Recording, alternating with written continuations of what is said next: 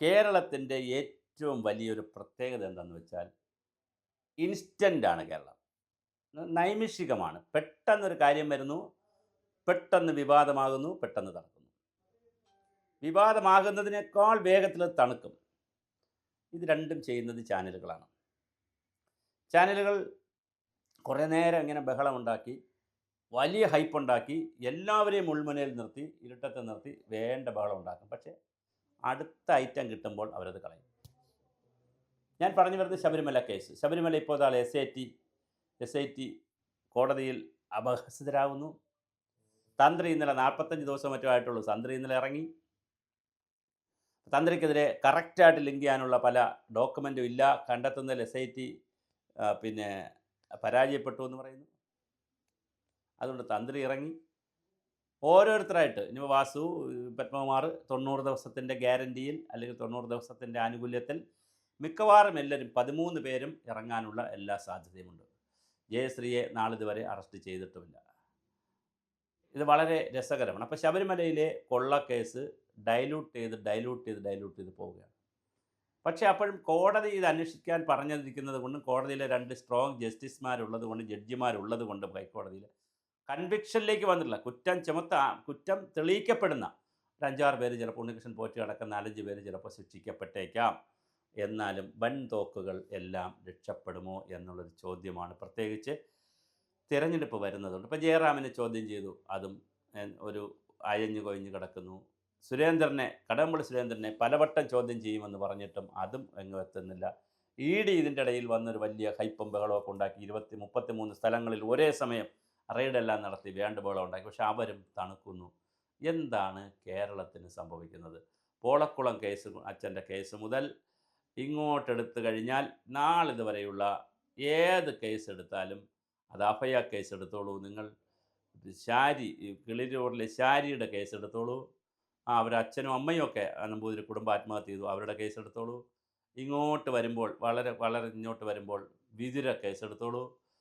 പിന്നെ അതുപോലെ നമ്മുടെ സുകുമാരക്കുറുപ്പിനെ കാണാത്തില്ല കേസെടുത്തോളൂ. പിന്നെ അത് കഴിഞ്ഞിട്ട് പിന്നെ നമ്മുടെ എന്താണ് ഫ്രാങ്കൻ മുളയ്ക്കലിൻ്റെ കേസെടുത്തോളൂ. എക്സാലോജിക്കിൻ്റെ കേസെടുത്തോളൂ. അതുപോലെ തന്നെ സ്വപ്ന സുരേഷിൻ്റെ കേസെടുത്തോളൂ. സരിത ഉയർത്തിക്കൊണ്ടുവന്ന കേസെടുത്തോളൂ. കേരളത്തിൽ എണ്ണി പറഞ്ഞാൽ കെ.ടി. ജയകൃഷ്ണൻ്റെ വധമെടുത്തോളൂ, ടി.പി. ചന്ദ്രശേഖരൻ്റെ വധമെടുത്തോളൂ, അഭിമന്യുവിൻ്റെ വധമെടുത്തോളൂ, അവിടെ നമ്മുടെ സിദ്ധാർത്ഥൻ്റെ വധമെടുത്തോളൂ, കൊലപാതകം എടുത്തോളൂ, കണ്ണൂർ വെറ്റിനറി കോളേജിലെ ഒരു കൊലപാതകം എടുത്തോളൂ, പിന്നെ പാലക്കാട് എഞ്ചിനീയറിംഗ് കോളേജിലെ കൊലപാതകം എടുത്തോളൂ, ഇതേതും എടുത്തോളൂ. അതാര് മരിച്ചാലും ശരി, SFI മരിച്ചാലും, അഭിമന്യുവിനെ പോലുള്ള SFIക്കാർ മരിച്ചാലും, ഇനി ഇപ്പുറത്തുള്ളവർ മരിച്ചാലും, DYFI മരിച്ചാലും, ആര് മരിച്ചാലും, അല്ലെങ്കിൽ കോൺഗ്രസ് മരിച്ചാലും, SDP മരിച്ചാലും, ആര് മരിച്ചാലും, ഒരു വശത്ത് ഈ കൊലപാതകവും കൊള്ളയും ചെയ്തെന്ന് ആരോപിക്കപ്പെടുന്നവരുടെ വശത്ത് പ്രമുഖരുണ്ടെങ്കിൽ തീർച്ചയായിട്ടും വലിയ തടസ്സമാണ് കേരളത്തിൽ. ഇവിടെ ഒരു ലാലു പ്രസാദ് യാദവിനെ അവിടെ കാലിത്തെറ്റ കുംഭകോണത്തിന് ജയിലിൽ പിടിച്ചിട്ടു. പിന്നെ വേറെ അവിടെ ഒരു 1-2 മുഖ്യമന്ത്രിമാരെ ജയിലിൽ പിടിച്ചിട്ടു. ജയലളിത ജയിലിൽ കിടന്നു തമിഴ്നാട്ടിൽ. അങ്ങനെയൊന്നും ഇവിടെ ആരെയും പിടിച്ച് ജയിലിലിടണമെന്നല്ല. പക്ഷേ ഒരു ബാലകൃഷ്ണപിള്ള ഇടമലയാർ കേസിൽ V.S. അച്യുതാനന്ദൻ വളരെ സ്ട്രോങ് ആയി നിന്നതുകൊണ്ടും ജസ്റ്റിസ് സുകുമാരൻ എന്ന് പറയുന്ന ആളുണ്ടായിരുന്നുകൊണ്ടും ഒക്കെ ഒരു പ്രത്യേക സാഹചര്യത്തിൽ സംഭവിച്ച ഒരു കേസ് ഒഴിച്ചാൽ കേരളത്തിൽ അങ്ങനെ വളരെ കൃത്യമായിട്ടുള്ള ഒരു അന്വേഷണവും നടക്കാറില്ല. അന്വേഷണം നടന്നാൽ ഒരു മിഡിൽ ലെവലിൽ അന്വേഷണം നിൽക്കും. ഹയർ ലെവലിലേക്ക് അന്വേഷണം പോകാറില്ല. ഒരു ത്രെഡും കിട്ടാറില്ല.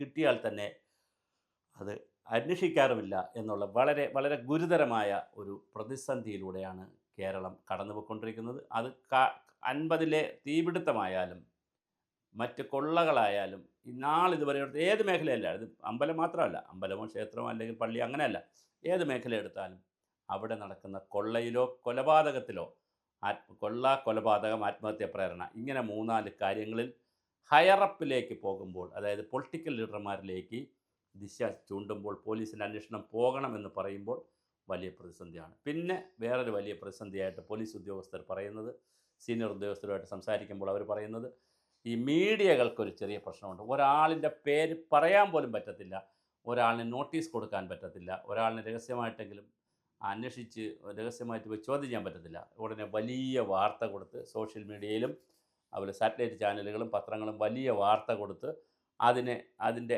ആ സ്പിരിറ്റ് അങ്ങ് ഇല്ലാതാക്കുകയും അങ്ങനെ വലിയ സമ്മർദ്ദത്തിലേക്ക് ഇവർ വരികയും ചെയ്യും. അപ്പോൾ ഒരു പൊളിറ്റിക്കൽ ലീഡറുടെ പേര് പറഞ്ഞു, ആ ലീഡറെ ഒരു പ്രാവശ്യം ചോദ്യം ചെയ്യാൻ പോകുന്നു എന്നൊരു സൂചന കിട്ടുമ്പോൾ തന്നെ വലിയ ഹൈപ്പടിക്കും.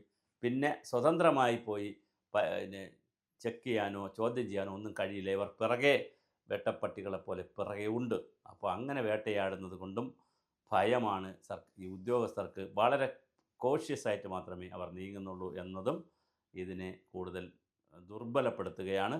എന്തായാലും ശബരിമല കേസ് ഓരോ ദിവസം പോകും തോറും ദുർബലപ്പെട്ടാണ് പോയിക്കൊണ്ടിരിക്കുന്നതെന്നാണ് പൊതുബോധം വരുന്നത്. അതേസമയം കോടതിക്ക് ഇത് ബോധ്യപ്പെടേണ്ടത് എങ്ങനെയാണെന്നും SIT എങ്ങനെയാണിത് ഡ്രൈവ് ചെയ്യുന്നതെന്നും അല്ലെങ്കിൽ അവരെങ്ങനെയാണിത് കൺക്ലൂഡ് ചെയ്യുന്നതെന്നുള്ളത് വേറൊരു വിഷയമാണ്. ഒരുപക്ഷെ ശുഭ പര്യവസായമാകുമായിരിക്കാം. ചിലപ്പോൾ ഒരുപാട് ആളുകൾ രക്ഷപ്പെടുകയും കുറച്ച് പേർ ശിക്ഷിക്കപ്പെടുകയും കൊന്നവർ ശിക്ഷിക്കപ്പെടുകയും കൊല്ലിച്ചവർ രക്ഷപ്പെടുകയും ചെയ്യുന്ന, മോഷ്ടിച്ചവർ ശിക്ഷിക്കപ്പെടുകയും മോഷ്ടിക്കാൻ പ്രേരിപ്പിച്ചവരും പങ്കുപറ്റിയവരും രക്ഷപ്പെടുകയും ചെയ്യുന്ന പുതിയൊരു കേസായി ശബരിമല കേസ് മാറുമോ എന്നുള്ളതാണ് ഇനി നമുക്ക് കാത്തിരുന്ന് കാണേണ്ടത്. എന്തായാലും തന്ത്രിയും ഇറങ്ങിയിട്ടുണ്ട്. ഇനിയിപ്പോൾ വാസു ഇറങ്ങും. അത് കഴിഞ്ഞാൽ പത്മകുമാറിൻ്റെ ദിവസമാകുന്നു. എല്ലാവർക്കും 90 ദിവസത്തേക്ക് അടുക്കുകയാണ് എല്ലാവരും. അപ്പോൾ 90 ദിവസത്തോടു കൂടി എല്ലാ ചേട്ടന്മാരും പുറത്തിറങ്ങാൻ സാധ്യത. ഇപ്പോൾ KP ശങ്കരദാസൻ ഏറ്റവും അവസാനം വന്നിട്ടുള്ള അദ്ദേഹം വീണ്ടും കോടതിയിൽ കൊണ്ട് കേസ് കൊടുത്തിട്ടുണ്ട്. ഗോവർദ്ധൻ കേസ് പലരും ഹൈക്കോടതിയിലും സുപ്രീം കോടതിയിലൊക്കെ നിരവധി കേസുകൾ കൊടുത്തിട്ടുണ്ട്. അസുഖത്തിൻ്റെ പ്രശ്നങ്ങൾ പറഞ്ഞിട്ടുണ്ട്, ചികിത്സയുടെ കാര്യം പറഞ്ഞിട്ടുണ്ട്, പല കാര്യങ്ങളും പറഞ്ഞിട്ടുണ്ട്. പക്ഷേ എന്തായാലും ഓരോ ആനുകൂല്യങ്ങൾ പറ്റിക്കൊണ്ട് ഓരോരുത്തരായി പുറത്തിറങ്ങുന്ന കാഴ്ചയാണ് കാണുന്നത്. അങ്ങനെ വരുമ്പോൾ ഈ കേസ് എങ്ങനെ നിൽക്കും എന്നറിയില്ല. ഇപ്പോൾ ഉണ്ണികൃഷ്ണൻ പുറത്തുണ്ട്. അദ്ദേഹം എങ്ങനെയാണ്, അകത്തുണ്ടായിരുന്ന ഉണ്ണികൃഷ്ണനും നല്ല സ്വാധീനിക്കുമായിരുന്നു. അപ്പോൾ പുറത്തുണ്ടായിരുന്ന ഉണ്ണികൃഷ്ണൻ ആരെയൊക്കെ സ്വാധീനിക്കും? ഈ കേസിൻ്റെ നാൾ വഴികളെ ഇല്ലാതാക്കുമോ? മുമ്പോട്ടുള്ള യാത്രയിൽ ആരെയൊക്കെ ശിക്ഷിക്കപ്പെടും? അതോ ആരെങ്കിലുമൊക്കെ വളരെ നാമമാത്രമായ ആളുകൾ, കൺവിക്ഷനിൽ നേരിട്ട് കൺവിക്റ്റ് ആയിട്ടുള്ള അല്ലെങ്കിൽ കുറ്റം ചെയ്തിട്ടുള്ള ആളുകൾ മാത്രം ശിക്ഷിക്കപ്പെടുകയും ഇതിൽ കുറ്റത്തെ പ്രേരിപ്പിച്ച ആളുകളെ അല്ലെങ്കിൽ ഇതിനെ മോട്ടിവേറ്റ് ചെയ്തവരെ രക്ഷപ്പെടുകയും അല്ലെങ്കിൽ ഇതിൻ്റെ പങ്കുപറ്റിയവർ പ്രശ്നമുണ്ട്. ഈ സ്വർണ്ണമായതുകൊണ്ട് ഇത് പൊട്ടിപ്പൊളിച്ച് പല കഷ്ണങ്ങളാക്കി പലരും പങ്കുപറ്റിയിട്ടുണ്ട്. അവരെയൊക്കെ എങ്ങനെ കേസെടുക്കുമെന്ന് ഒരു പിടിയും ഇല്ലാതെയാണ് SIT ഇരുട്ടിൽ തപ്പുന്നത്. അപ്പോൾ തൊണ്ടി മുതലും ഇതുവരെ കണ്ടെടുക്കാൻ പറ്റിയിട്ടില്ല. അതും വളരെ വിധി വൈപരീത്യം അല്ലെങ്കിൽ ഒരു വൈചിത്രം എന്ന് പറയുന്നത്, ഒരു നിഗൂഢത എന്ന് പറയുന്നത്, പ്രധാന പ്രതികളായ ഉണ്ണികൃഷ്ണൻ പോറ്റിയെയും ഗോവർദ്ധനെയും ബെല്ലാരിക്കാരെയും ഇവരെയൊക്കെ പിടിച്ചിട്ട് കൃത്യമായി സ്വർണം എവിടെ എന്ന് കണ്ടെത്താൻ കഴിയാത്തത് വലിയൊരു ഗുരുതരമായ വീഴ്ചയാണ്. എന്തായാലും നമുക്ക് കാത്തിരുന്ന് കാണാം. ഇനി SITയുടെ ബാക്കി കാര്യങ്ങൾ. അതോടൊപ്പം തന്നെ ED രംഗത്ത് വന്നിട്ടുണ്ട്. EDയുടെ ഇനിയുള്ള മൂവ്മെൻറ്റ് എങ്ങനെയാണെന്ന് നമുക്കറിയില്ല. മാത്രമല്ല ഹൈക്കോടതിയിലെ CBIക്ക് വിടണം എന്നുള്ള കേസിൻ്റെ ഫൈനൽ വിധി വന്നിട്ടില്ല. ആ ഫൈനൽ വിധി വരുമ്പോൾ അത് കേസ് CBIക്ക് വിടുമോ എന്നുള്ളതും കാത്തിരുന്ന് കാണണം. CBI ഇപ്പോൾ പഴയ CBI അല്ല, കൂട്ടിലടച്ച തത്തയാണെന്നുള്ള ആക്ഷേപം കേട്ടിട്ടുണ്ട്. CBI അന്വേഷിക്കണം. എല്ലാം അങ്ങോട്ട് മനോഹരമായി വിജയിക്കുന്ന ഒരു രീതിയും കാണുന്നില്ല. ഇതെല്ലാം കൈകാര്യം ചെയ്യുന്നത് മനുഷ്യനാണോ അവൻ അധികാരത്തിൻ്റെയും സമ്പത്തിൻ്റെയും സ്ത്രീകളുടെയും മദ്യത്തിൻ്റെയും അതുപോലെ തന്നെ ഒരുപാട് കാര്യങ്ങളിൽ ദുർബലനാണ്.